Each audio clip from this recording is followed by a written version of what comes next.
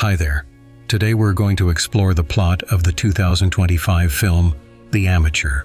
Charlie is gathering various parts for his plane, but he gets distracted by his wife Sarah, who is about to leave on a business trip to London. She suggests he go with her, but Charlie is busy with his own matters and declines. After that, he heads to the CIA office, where a message from Inquiline arrives on his computer. Charlie has been communicating with Inquiline for a while, receiving classified information from him. But this time, the file Inquiline sends could literally change everything. Charlie tries to guess who Inquiline might be, but the mysterious informant avoids giving direct answers and advises him to be extremely cautious with the file. To Charlie's surprise, even with all his skills, he can't decrypt the contents right away. At that moment, Sarah calls. She has already arrived in London, although Charlie already knew that. But right now, he can't focus on her. He resumes his attempts to crack the file and moves to a more powerful tech facility, where he finally manages to break the encryption. Inside, he finds data proving that the government itself launched the drones, while the public was fed a story about an explosion. The news reports the destruction of elite military units. Behind all this is Moore, Charlie's superior. Before going to bed, Charlie tries to contact his wife, but she doesn't answer. He sends her a message. The next day, when he returns to work, he finds Moore waiting for him. Moore tells him that there was a terrorist attack in London, and unfortunately, Sarah didn't survive. Charlie can't believe it. Then Moore turns on the news. In one of the videos, Sarah is clearly visible. Charlie rushes home, which is already surrounded by journalists, but he doesn't want to talk to them. The next day, with access to the latest file, Charlie can't understand how the terrorists managed to reach the hotel, which had hundreds of security cameras. Moore assures him that the investigation is ongoing. That same day, a coffin with Sarah's body is delivered. Among her belongings is a gift for Charlie, which crushes him even more.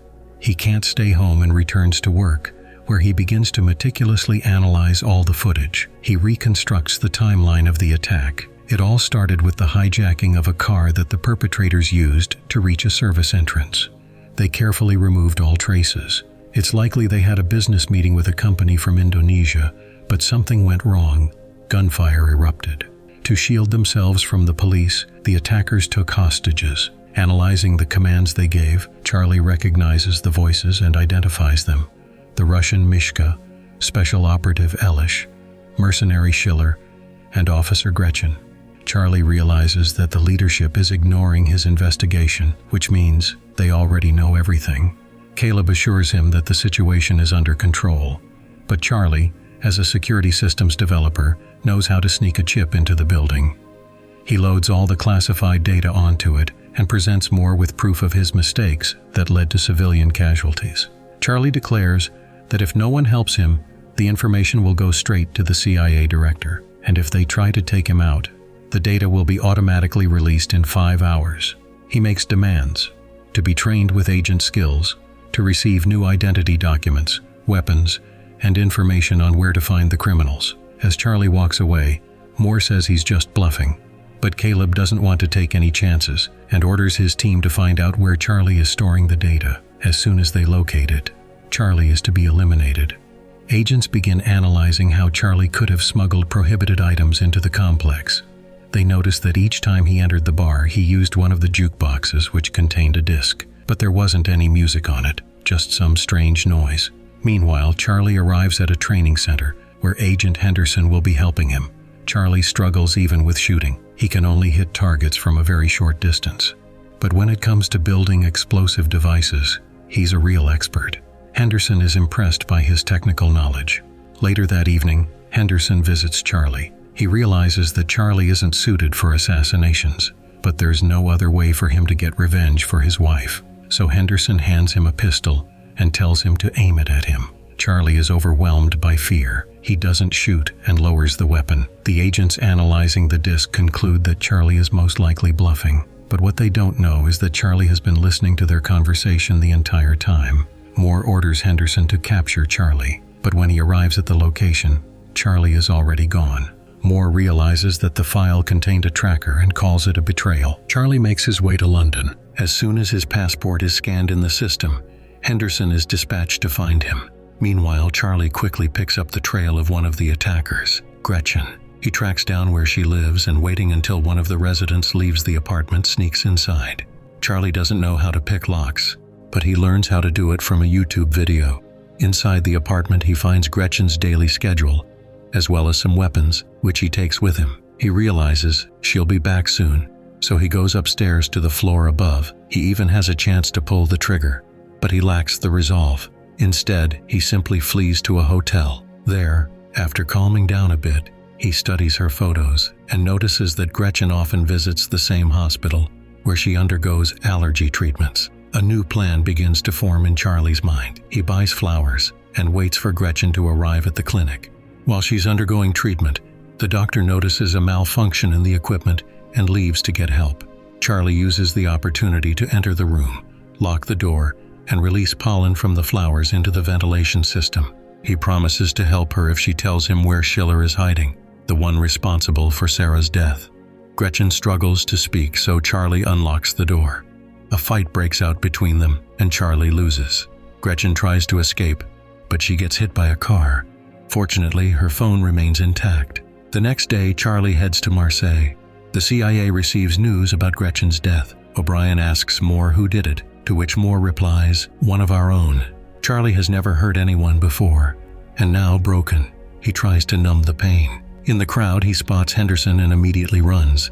Henderson follows. Charlie hides in a restroom, but there are no windows to escape through, so he decides to walk straight up to Henderson. Henderson says he tracked Charlie through Gretchen's phone. Charlie shows him a timer, after which a small explosion goes off. While everyone is distracted, Charlie escapes. Henderson tries to locate him through geolocation, but the phone is no longer working. Charlie is forced to turn to Inclivian for help. Later at the meeting point, a woman approaches him, introducing herself as Inclivian. She explains that she became a hacker after the death of her husband, a CIA agent who was eliminated and made to look like it was an accident. She explains that Elish is involved in illegal arms trafficking and suggests approaching him under the guise of a buyer. As for Mishka, he loves to travel and often posts photos on social media. In one of the pictures, they spot the silhouette of a woman. That's how the pair finds her account and home address. Meanwhile, O'Brien asks Moore to stop acting behind her back. He replies that her predecessor said the same thing. The pair discovers that Mishka is staying in a hotel with a suspended pool, but Henderson arrives there as well. Charlie sees a man who looks familiar. Inclivian analyzes him. He's a CIA agent. When Mishka climbs into the pool, Charlie appears and demands he reveal where Schiller is hiding. If he refuses, the pool will be destroyed. Mishka stays silent, and Charlie presses the button. He immediately flees. Henderson almost catches up to him, but suddenly another agent appears. Charlie sees the two agents start fighting. One of them draws a gun and wounds Henderson, but Henderson grabs the weapon and comes out on top. The agents suspect Charlie couldn't have orchestrated everything on his own. After checking his messages, they trace Inclivian. But since the agent with that name has long been dead, they realize it's his wife behind everything. Late at night, an armed unit appears near the house. The pair escape through a hidden passage, but a drone spots them. A shootout begins. Inclivian is severely wounded. Charlie moves her to another seat and continues fleeing. Unfortunately, the woman doesn't survive. The next day, Charlie arranges a meeting with Elish in Romania. To mislead the CIA, he scans his face and hacks the surveillance cameras in Berlin. As a result, the agency believes he's there and flags him in the system. When Elish arrives at the meeting place, he sees crates and a phone. A call comes in. Charlie asks Elish to look inside the crates. They're filled with explosives. If he takes even one step, everything will blow up. Charlie demands help finding Schiller. Elish tells him that Schiller is operating on Russian territory and receives shipments at a Baltic port. All the necessary names are stored in his phone. Charlie picks up the device and walks away as an explosion goes off behind him. At the CIA, they realize they've been outplayed. The next day, Charlie sends Elish's code and watches as he pulls out his phone. He takes several photos, which allow Charlie to identify the name of the yacht and the routes it usually takes. But just as Charlie is ready to make his final move, someone knocks him out. He falls and drops the gift from his wife. Schiller believes Charlie isn't the kind of person who can make the final move while looking someone in the eye. He even hands Charlie his own pistol, but Charlie doesn't dare pull the trigger. and at that very moment, the yacht abruptly changes course. It turns out that Charlie had hacked the navigation system in advance and changed the destination. They are surrounded and detained by a Finnish Special Forces unit. Later, O'Brien reports that a purge has been carried out within the CIA, and several agents acting outside the rules have been identified and removed. And Charlie, he finished building his airplane and flew off in an unknown direction wherever the heart leads. Thank you for watching. If you enjoyed this recap, give it a like, leave a comment, and don't forget to subscribe to the channel.